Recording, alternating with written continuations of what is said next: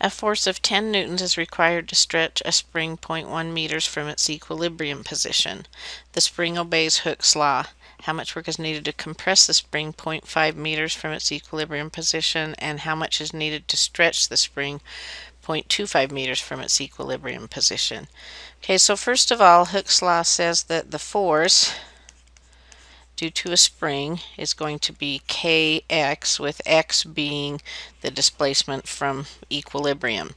So now we have some information of how much force it took to displace it how far. So we know that it took 10 newtons to displace it 0.1 meter.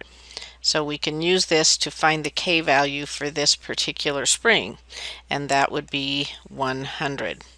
So then now that we have run that test, and that essentially will be a factor by how stiff the spring is or whatnot, so how it'll take different amounts of force for different kinds of springs to stretch it that far. Now we have our K value for our spring. We can figure out the work needed to compress the spring 0.5 meters. So as we're looking, we are going to start, if we look at here was our spring and our mass, and this was equilibrium position, we're going to call that then x equals 0, and we want to compress it 0.5, so we're going to be moving this in this direction by 0.5, so that's going to be negative 0.5. Now our force due to the spring is going to be kx, so that's going to be 100x, and then our distance dx. Let's go ahead and compute this integral then. So it looks like we've got 50x squared, and we're going to evaluate that from 0 to negative 0.5. And so that's going to be 50 negative 0.5 squared, and then subtracting off the lower limit, that's 0, so that part is gone. So it looks like we've got our work to compress the spring, and that will be 0.5 squared times 50, and so we get 12.5, and our units of work here then are joules.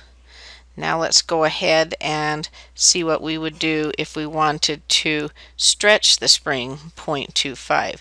So our integral is going to be starting at 0, but we're going to have a 0.25 up here as we stretch the spring 100x dx. And so that's going to be our 50x squared, but now we're evaluating from 0 to 0.25. So we've got 50 times 0.25 squared, and again our lower limit is 0. And so we have our 0.25 squared times our 50, and we get 3.125 joules.